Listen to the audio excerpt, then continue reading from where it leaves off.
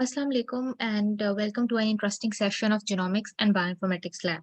In this session, I'm going to show you how you can make an effective graph in PowerPoint. So for the making of graph, I'm going to use a file which I have. In this file, you can see that there is a lot of data in it. There are some classes and their functions. So what I'm going to do is that uh, I'm going to write these classes and their functions and in a graph form so that it will look attractive and it can be used in the presentation as well.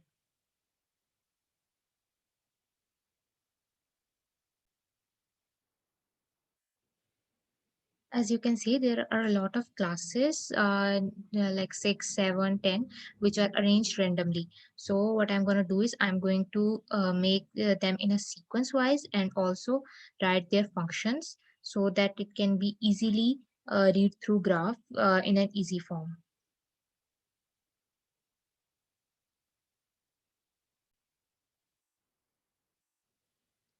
Okay, so for making the graph, what I'm going to do is that I'm going to PowerPoint and then I will have a blank slide. Then I'm going to insert some shapes and you can take any kind of shape according to your choice.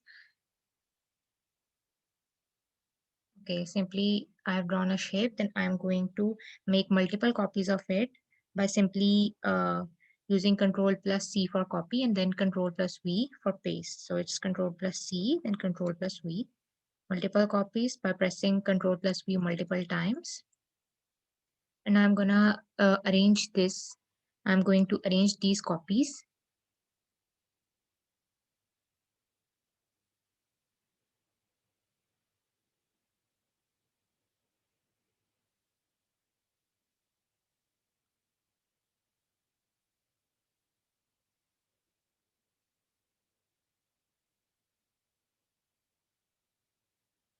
So after arranging all these shapes, then I'm going to select all of them together and simply go to format.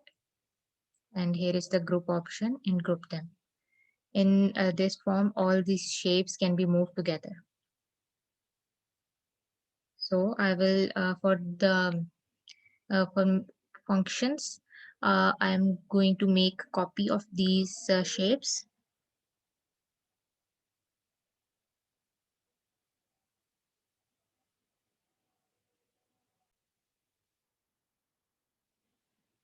तो functions के लिए मैं इसी इन shapes की एक और copy ले लूंगी, इनको अरेंज कर दूंगी इस तरह से। फिर अगर क्या कहते हैं मैंने शेप्स के अंदर टेक्स्ट लिखना है तो सिंपली एक शेप को सिलेक्ट करूंगी, इनको पहले अनग्रुप कर लेती हूँ ताकि फिर इजीली एक एक शेप को एडिट करना इजी हो।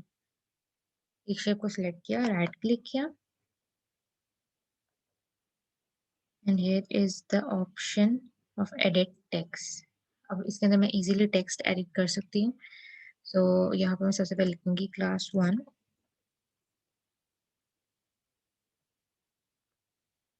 इसी तरह से मैं सारी जो शेप्स हैं उनके अंदर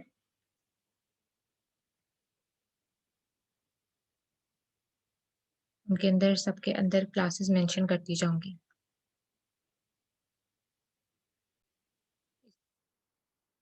इस तरह से मेरे पास जितनी भी क्लासेस थी उनको मैंने एक सीक्वेंस में अरेंज कर लिया।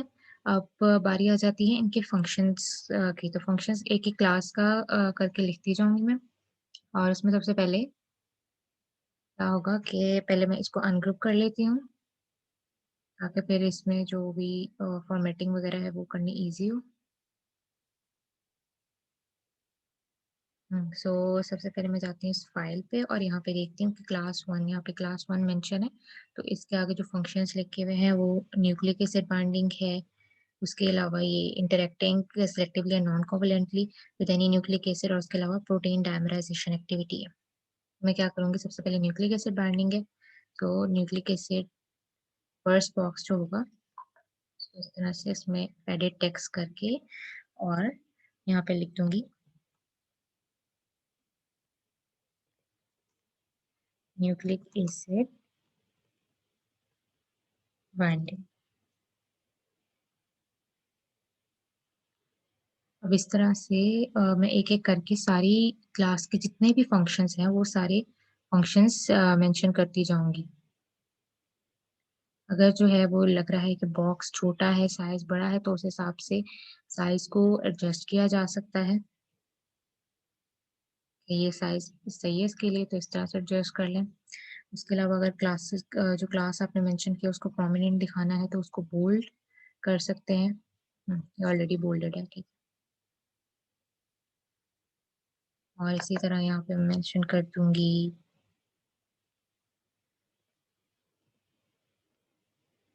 Protein memorisation.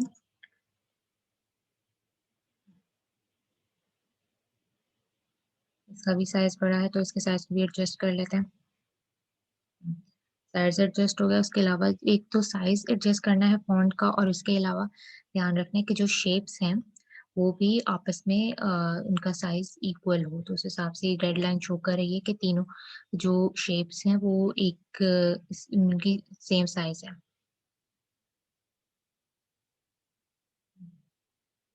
इसी तरह क्या कहते हैं सारी एक तो जितने भी फंक्शंस हैं, अगर कोई क्लासेस हैं जिनके फंक्शंस रिपीट हो रहे हैं, तो उन फंक्शंस को दोबारा लिखने की ज़रूरत नहीं है, जस्ट सिंपली उसको मतलब एक दफ़ा ही लिखना है। जैसे अगर क्लास 2 और 3 है, दोनों के अंदर न्यूक्लिक एसिड बाइंडिंग आ रही है, तो न्यूक्लिक एसिड बाइंडिंग को सिर्फ एक दफ़ा मेंशन करेंगे। इस तरह से करके जितने भी बॉक्सेस हैं, इन सबको भी मैं फिल कर देती हूँ, और फिर आपको दिखाती हूँ कि किस तरह की आउटलुक आती है।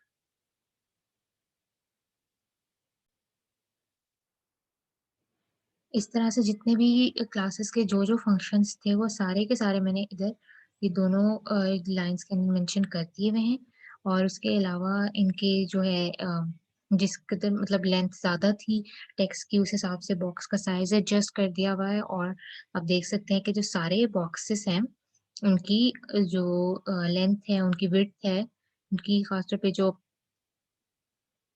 उनकी विड्थ है वो इक्वल है, और उसके अलावा लेंथ उनके टेक्स्ट के हिसाब से रखी है। लेकिन बहुत ज़्यादा फ़र्क भी नहीं नज़र आना चाहिए। बस एक एक अच्छी-सी आउटलुक आ जाए, इस तरह का हमारा होना चाहिए ग्राफ। तो इस तरह से हो गया। अब जो असल काम है जो कि डिफ़ाइन करेगा कि कौन-सी क्लास का कौन-सा फ़ंक्शन है, अब उसकी तरफ चलते हैं। तो सबसे पहले क्लास 1 की बात की जाए। क्लास 1 में मैंने देखा था जैसे कि एक न्यूक्लिक एसिड बाइंडिंग था, एक प्रोटीन डायमराइज़ेशन था, और उसके अलावा एक और फ़ंक्शन था। इसके लिए सिंपली क्या करूँगी कि किसी भी कलर का पहले तो मैं कोई जो होता है कनेक्टर वो सिलेक्ट करूँगी।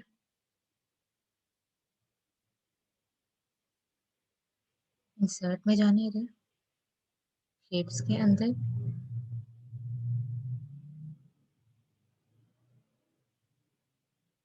और ये कनेक्टर एल्बो। ये आपको लाइन्स में शो हो जाएगा, ये यूज़ करना है। अभी मैंने रैंडमली ड्रॉ कर लिए। अब मैं क्या करूँगी कि क्लास 1 जो है उसका, जैसे मैंने बताया कि न्यूक्लिक एसिड बाइंडिंग उसका एक फंक्शन है, तो उसके इस पॉइंट से इधर से लिंक करूँगी। ये ग्रीन सर्कल जो शो हो रहा है, ये शो कर रहा है कि ये इधर से क्लास 1 के साथ लाइन एक तरफ से कनेक्ट हो गई है। यहाँ से व्हाइट है, यहाँ से अभी कनेक्ट नहीं हुई। तो इसको सिंपली ड्रैग करूँगी और न्यूक्लिक एसिड बाइंडिंग तक ले जाऊँ। इस तरह से ये क्लास 1 जो है अभी शो कर रही है लाइन की, क्लास 1 जो है उसका जो रोल है वो न्यूक्लिक एसिड बाइंडिंग के अंदर है। इसको एक तरफ अरेंज कर लिया, क्योंकि जैसा कि आप देख सकते हैं बहुत ज़्यादा फंक्शंस हैं, तो काफ़ी ज़्यादा लाइन्स जो हैं वो यहाँ पे आएँगी। तो उसके लिए स्पेस अकोमोडेट करने के लिए, और कोई एक लाइन दूसरी लाइन के ऊपर ना आए, तो उस सब के लिए ख़्याल रखना है कि जो अम, इ इस बात का ख़्याल रखना है कि जो स्पेस है उसको साथ-साथ ही सही करते रहें, मतलब जो एक-एक लाइन है उसको अरेंज करते जाएँ, ताकि एक लाइन दूसरे ऊपर लाइन के साथ ओवरलैप ना करे, क्योंकि जब ओवरलैपिंग होगी तो उसमें अगर कोई जो आपकी प्रेज़ेंटेशन देख रहा है उसको अंडरस्टैंड करने में कन्फ्यूज़न होगी, और आप खुद भी जब दे रहे होंगे कोई प्रेज़ेंटेशन दे रहे हों या फिर अपना अम, थीसिस का डिफेंस दे रहे हो, आपको खुद भी कन्फ्यूज़न होगी। तो इस कन्फ्यूज़न को अवॉइड करने के लिए बेहतर है कि आप लोग साथ-साथ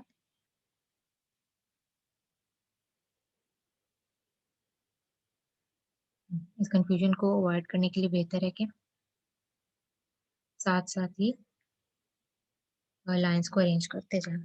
अब सिंपली इसी लाइन को मैं कॉपी ले लेती हूँ और प्रोटीन डायमराइजेशन, ये जो बीच वाला पॉइंट होता है ना, इसके ज़रिए से आप अरेंजमेंट कर सकते हो कि आपने लाइन को जो उसकी लेंथ वाइज़ है उसको किस जगह पे अरेंज करना है। जैसे मैं इधर से ड्रैग करके इसको यहाँ पे अरेंज कर रही हूँ।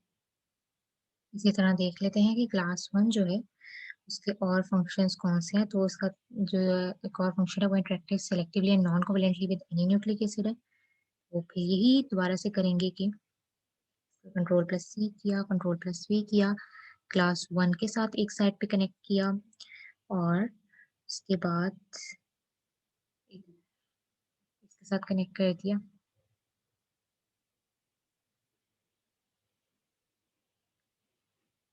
एक-एक करके इस तरह से जो है काफ़ी ज़्यादा जो है, क्योंकि काफ़ी ज़्यादा फंक्शंस है, काफ़ी ज़्यादा डेटा है, तो इसीलिए जैसे-जैसे आप एक-एक कनेक्टर जो है वो कनेक्ट करते जाओ दोनों साइड से, तो साथ-साथ ही ये ज़रूरी है कि आप उनको अरेंज भी करते जाओ।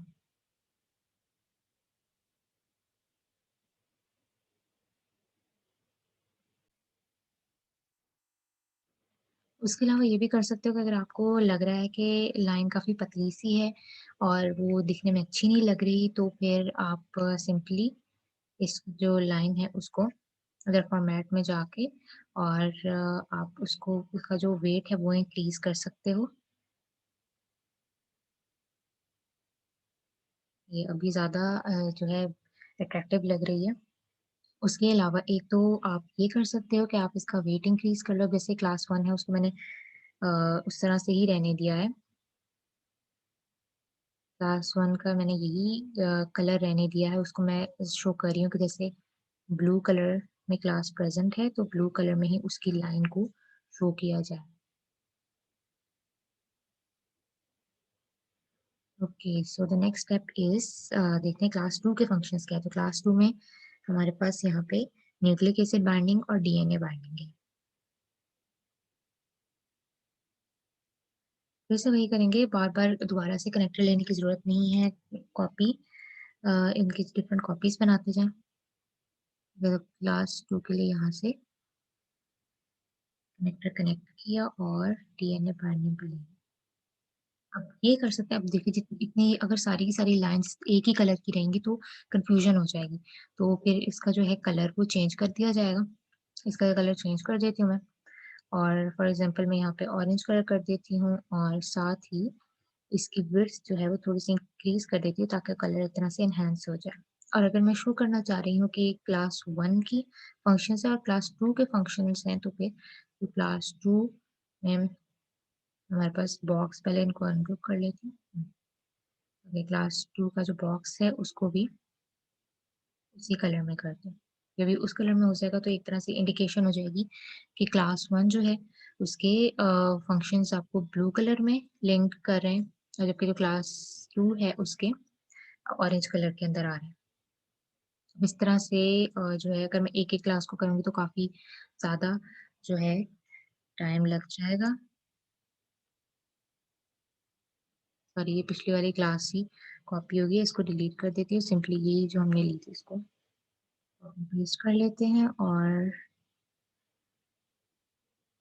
इधर से ये बाइंडिंग था, एक दफ़ा दोबारा देख लेते हैं function. Nucleic nucleic acid binding है, तो इधर से न्यूक्लिक एसिड बाइंडिंग के साथ लिंक कर दिया, फिर इसको साथ-साथ ही अरेंज करते जाना। ठीक है, इस तरह से मैं क्या करूँगी कि सारी क्लासेस के साथ यही करूँगी। इधर से उनके फंक्शंस देखती जाऊँगी, जैसे न्यूक्लिक एसिड बाइंडिंग है, डीएनए बाइंडिंग है, उसके अलावा ये प्रोटीन डाइमराइज़ेशन एक्टिविटी है और ये सारे के सारे फंक्शंस देखती जाऊँगी और फिर साथ-साथ ही फंक्शंस देखने के साथ जो कनेक्टर है उसका यूज़ करके उसकी विड्थ बढ़ाकर साथ उसका कलर जो है वो डिफरेंट सा देकर और फिर सारे फंक्शंस के साथ इस तरह से हर क्लास को कनेक्ट करते जाऊँगी। तो मैं आपको इसको थोड़ी देर बाद आपको इसकी फाइनल आउटलुक दिखाती हूँ।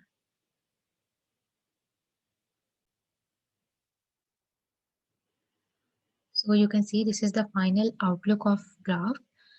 In this way, ठीक है, you can represent जो बहुत ज़्यादा डेटा हो उसको आप एक अच्छे वे में प्रेजेंट कर सकते हैं। आप कोई रिसर्च पेपर पढ़ रहे हैं, उसमें कोई डिफरेंट नेम्स हैं, उनके आगे कॉमन पॉइंट्स आ रहे हैं, उनको इस तरह से प्रेजेंट कर सकते हैं। या फिर अगर आप रिसर्च कर रहे हैं, उसमें बहुत ज़्यादा डेटा है और आपने on the day of thesis defence आपने प्रेजेंट करना है, प्रेजेंटेशन देनी है, उसके अंदर आप लोग ज़्यादा सारे डेटा को एक स्लाइड के अंदर कवर कर सकते हैं, जो कि इजीली रीडेबल भी हो आपके लिए भी और जो लोग आपकी प्रेजेंटेशन को सुन रहे हैं उनके लिए भी। और इस तरह से ज़्यादा सारे डेटा को अंडरस्टैंड करना भी ईज़ी होता है। So I hope you have learned something new and interesting from this session. That is all from my side. Thank you and Allah Hafiz.